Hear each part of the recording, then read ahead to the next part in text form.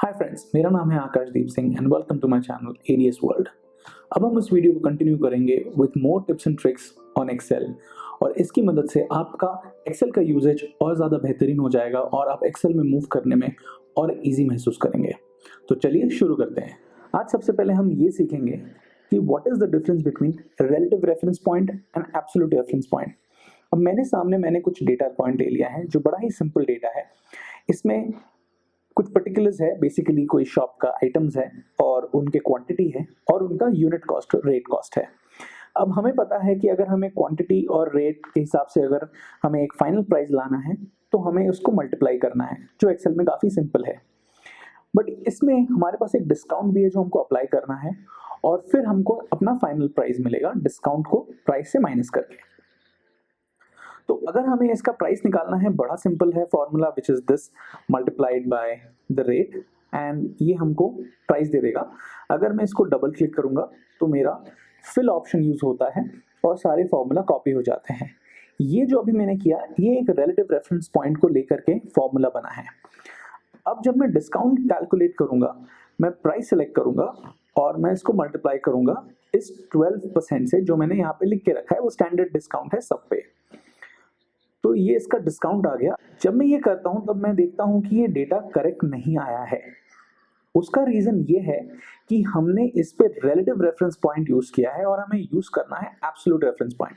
इसका मतलब ये होता है कि डिस्काउंट 12% ही है और हर एक सेल में जब मैं फॉर्मूला पेस्ट करूंगा 12% ही कॉपी होना चाहिए। उसके लिए हर सेल में जो मल्टीप्लिकेशन B2 है वो B1 ही रहना चाहिए, ठीक जैसे पहले सेल में रहा है। तो मुझे एक्सेल को ये बताना है कि एक्सेल भैया ये जो है आप B1 ही रखिए, इसको चेंज मत करिए। ये करने के लिए हमें कुछ स्टेप्स लेने पड़ेंगे जिसकी वजह से फॉर्मूला जब ऑटो कॉपी पेस्ट हम करेंगे या फिल करेंगे तो वो ऑटोमेटिकली B1 ही हर सेल में पकड़ेगा। और वो करने के लिए हमें इस पर्टिकुलर B1 सेल को फ्रीज करना पड़ेगा। तो हम फ्रीज कैसे करेंगे? हम B1 सेल पे क्लिक करेंगे अपने फॉर्मूला बार पे और B के आगे और 1 के आगे हम डॉलर साइन लगाएंगे। इससे सेल जो है वो फ्रीज हो जाता है। अब जब हम इसको फिल करेंगे हमारा डेटा बिल्कुल परफेक्टली फिल हो जाएगा और सारा डेटा करेक्ट तरीके से कैलकुलेट होगा। अब हमने जा करके यहाँ मैनुअली डॉलर डॉलर डाला। इसको करने का एक शॉर्टकट है, बहुत ही सिंपल है। हम सबके कीबोर्ड में एक की है, इसका नाम है F4। तो हमें बस वो F4 बटन प्रेस करना है एक बार और ऑटोमेटिकली अपना कॉलम और रो दोनों फ्रीज हो जाएगा। इस फ्रीजिंग के कुछ और परम्यूटेशन कॉम्बिनेशन है जहां हम रो या कॉलम दोनों में से किसी एक को भी फ्रीज कर सकते हैं। वो हम आगे के लेसन्स में जब हम उसको अप्लाई करेंगे हम सीखते रहेंगे।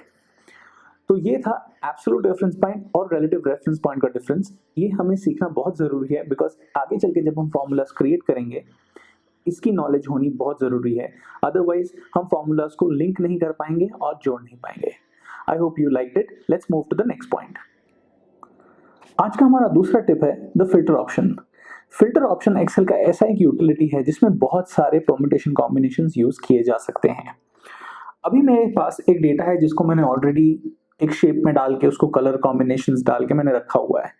अब आप देख पा रहे हैं कि कुछ ऐसे रोज है जिसको मैंने एक ऑरेंज शेड दिया है। वो इसके लिए जितने भी रीजन में ईस्ट वाले रोज है उन सबको मैंने एक ऑरेंज शेड दिया है। क्यों दिया है आगे चल के मैं एक्सप्लेन करता हूं जब मैं फिल्टर के कुछ फंक्शनैलिटीज आपको मैं बताऊंगा। तो पहले हमें पता है फिल्टर कैसे देना है। हमें ये रो या ये डेटा पॉइंट हमें सिलेक्ट करना है। डेटा टैब में जा करके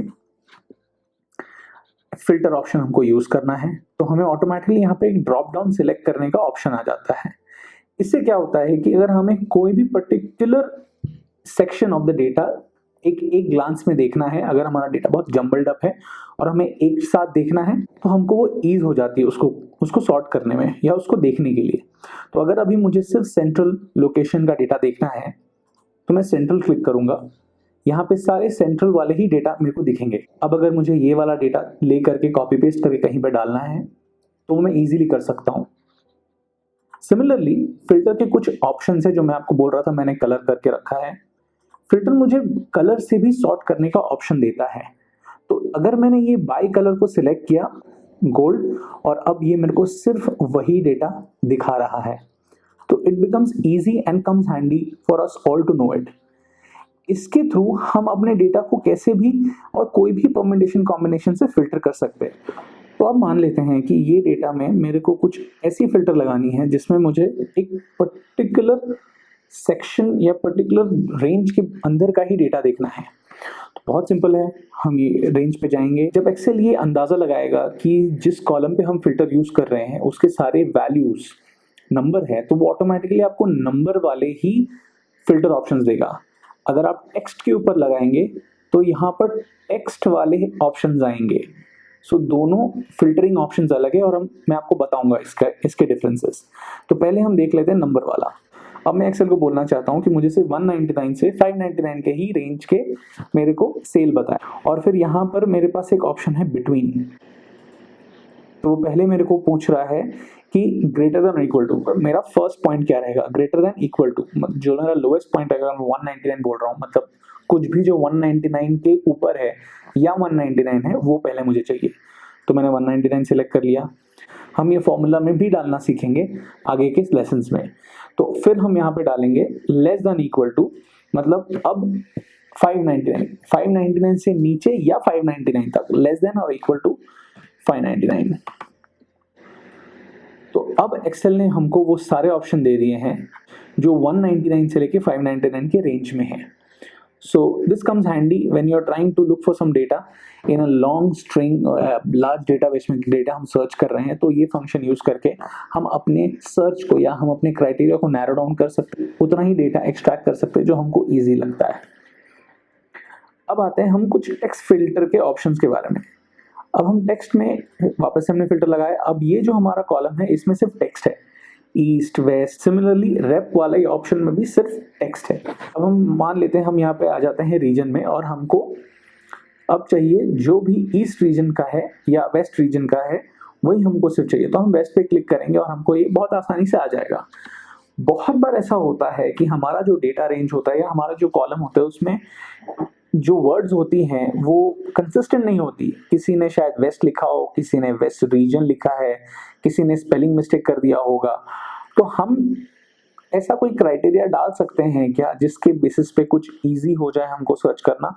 वो हमें फिल्टर ऑप्शन कहीं ना कहीं थोड़ा बहुत टिप्स प्रोवाइड करता है। हमारा डेटा अगर थोड़ा बहुत ऊपर नीचे है, हम फिल्टर ऑप्शन से काम चला सकते हैं, और ये गुड टू नो इन्फॉर्मेशन है।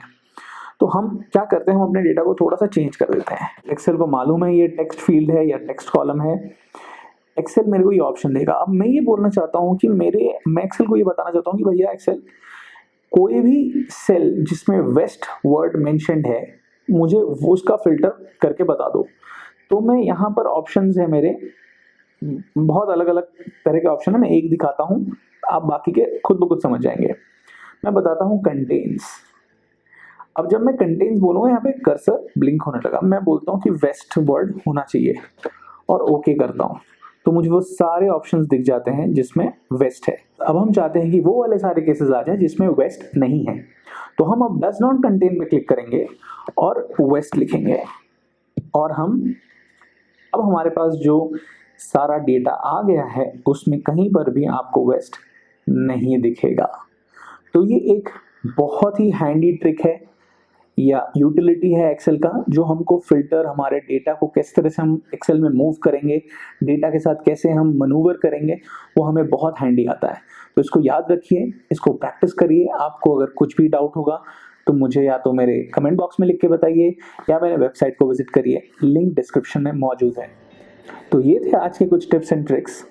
वीडियो कैसा लगा प्लीज़ कमेंट सेक्शन में डाल के मेरे को बताइए, और लाइक, कमेंट, शेयर करना ना भूलें। Thank you and keep rocking.